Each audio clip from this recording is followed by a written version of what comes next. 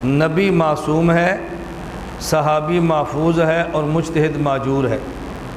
نبی معصوم ہے، صحابی محفوظ ہے اور مجتہد معجور ہے۔ نبی معصوم ہے یعنی اللہ نبی سے گناہ ہونے دیتے نہیں۔ صحابی محفوظ ہے، صحابی سے گناہ ہو جاتا ہے، اللہ اس کے نامہ اعمال میں باقی رہنے دیتے نہیں۔ سمجھ آ رہی ہے؟ نبی معصوم ہے، اللہ نبی سے گناہ ہونے دیتے نہیں۔ صحابی محفوظ ہے، اس سے گناہ ہو جاتا ہے، اللہ اس کے نامہ اعمال میں باقی رہنے دیتے نہیں۔ اور مجتہد معجور ہے، معجور ہونے کے معنی اجتہادی مسئلے میں اس سے خطا ہو جاتی ہے، لیکن اس خطا پر بھی اللہ اس کو گناہ نہیں دیتے بلکہ اجر دیتے ہیں۔ اب جو بات میں نے سمجھانی ذرا وہ سننا۔ نبی معصوم ہے، صحابی محفوظ ہے، مجتہد معجور۔ اگر دو محفوظوں میں اختلاف ہو جائے تو دلیل میں معصوم کو پیش کرتے ہیں، اور اگر دو معجوروں میں اختلاف ہو جائے تو دلیل میں محفوظ کو پیش کرتے ہیں۔ یہ اللہ کرے آپ کو جملہ سمجھ آ جائے صحیح۔ اگر دو محفوظوں میں اختلاف ہو جائے تو دلیل میں معصوم کو پیش کرتے ہیں، اور دو معجوروں میں اختلاف ہو جائے تو دلیل میں محفوظ کو پیش کرتے ہیں۔ جب اعتراض آئے محفوظ یعنی صحابی پہ تو پھر دلیل میں نبی آ جاتا ہے۔ کیوں؟ صحابی کے اس عمل پر اعتراض ہے تو یہ عمل تو اللہ کے نبی نے بھی کیا ہے۔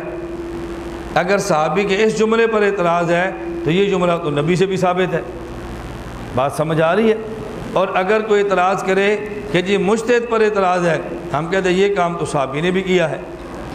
تو اگر محفوظ پر اعتراض آئے تو دلیل میں معصوم پیش کرتے ہیں، اور جب اعتراض معجور پر آئے تو دلیل میں محفوظ پیش کرتے ہیں۔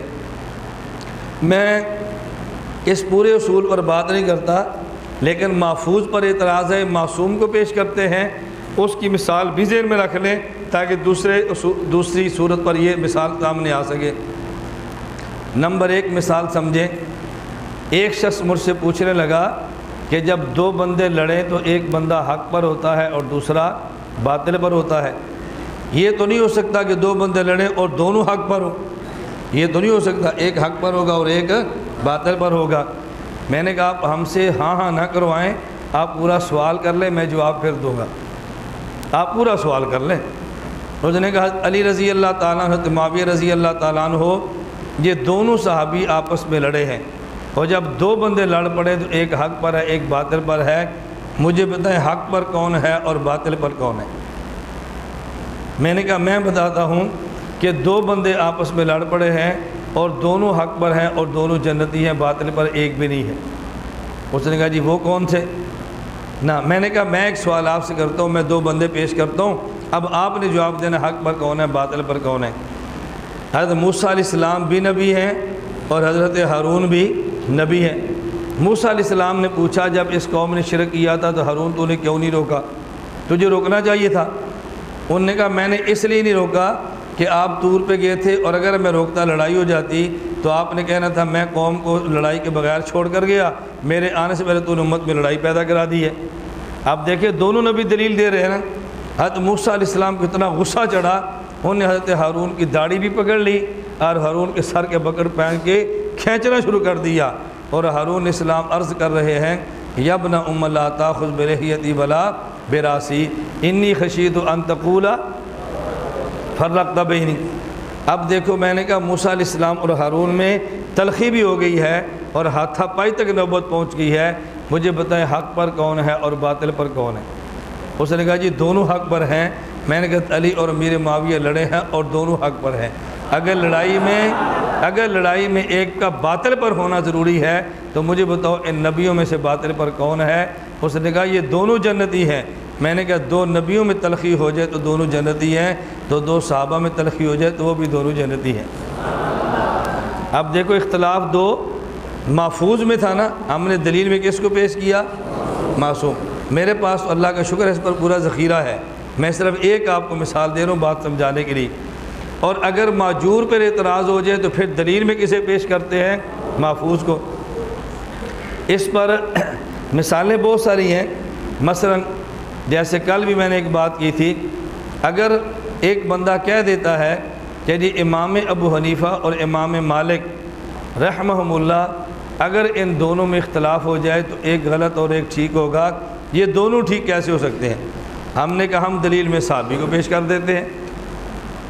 حضور اکرم صلی اللہ علیہ وسلم کے صحابہ غزوہ خندق کے بعد حکم آگے ہتھیار اتارے نہیں بلکہ آگے بنو قریظہ پر حملہ کریں۔ نبی کریم صلی اللہ علیہ وسلم فرمایا لا یصلین احد العصر الا فی بنی قریظہ تھا کہ تم میں سے کوئی آدمی بھی، تم میں سے ہر آدمی بنو قریظہ کے محلے میں جا کر نماز پڑھے، تم میں سے ہر آدمی بنو قریظہ کے محلے میں جا کر نماز پڑھے۔ یہ میں نے حصر کا ترجمہ کیا ہے، لا یصلین احد العصر الا فی بنی قریظہ تھا، آپ نے ترجمہ کرنا ہے تم میں سے کوئی ایک نماز نہ پڑھے مگر بنو قریظہ کے محلے میں۔ بات سمجھ آ رہی ہے؟ اب یہ ترجمہ آپ کو نہیں سمجھ آنا تو کالج کا لڑکا کیسے سمجھے گا؟ تو آپ ترجمہ وہ کریں نا جو عوام کو سمجھ آ جائے۔ ترجمہ حدیث کا کیا کریں گے؟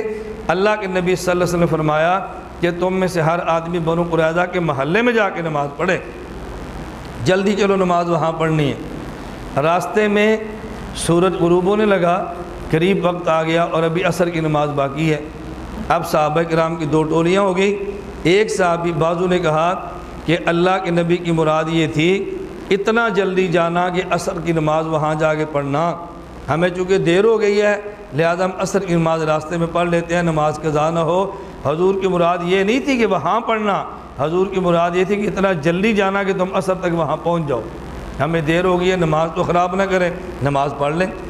اور دوسرا گروہ صحابہ کہنے لگا نہیں، اللہ کے نبی کی منشا ہی یہ تھی کہ تم نے بنو قریظہ کے محلے ہی میں نماز پڑھنی ہے، اب دیر ہو گئی ہے، ہم نماز قضا تو کر لیں گے لیکن راستے میں نہیں پڑھیں گے چونکہ حضور کا ارشاد یہ ہے کہ تم نے وہاں پڑھنا ہے۔ اب فرق کیا ہوا؟ بعض صحابہ نے الفاظ کے ظاہر کو دیکھا اور بعض نے الفاظ کی منشا کو دیکھا۔ بعض صحابہ نے الفاظ کے ظاہر کو دیکھا اور بعض نے منشا کو دیکھا، تو بعضوں نے نماز پڑھ لی اور بعضوں نے وہاں جا کے قضا پڑھی۔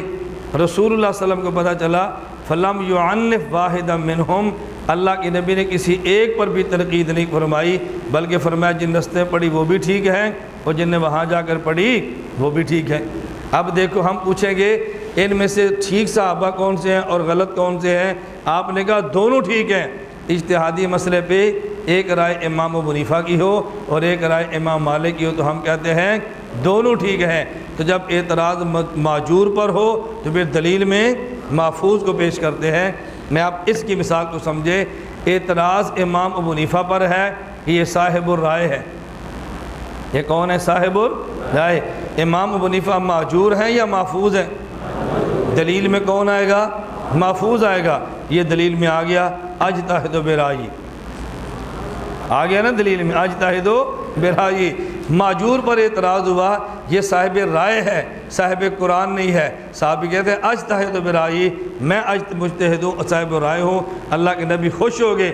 معلوم ہوتا ہے کہ مجتہد کا صاحب رائے ہونا اس کی تصدیق صحابی کی زبان سے ہے اور نبی کی تائید سے ہے، صحابی کی زبان سے ہے اور نبی پاک کی تائید سے ہے۔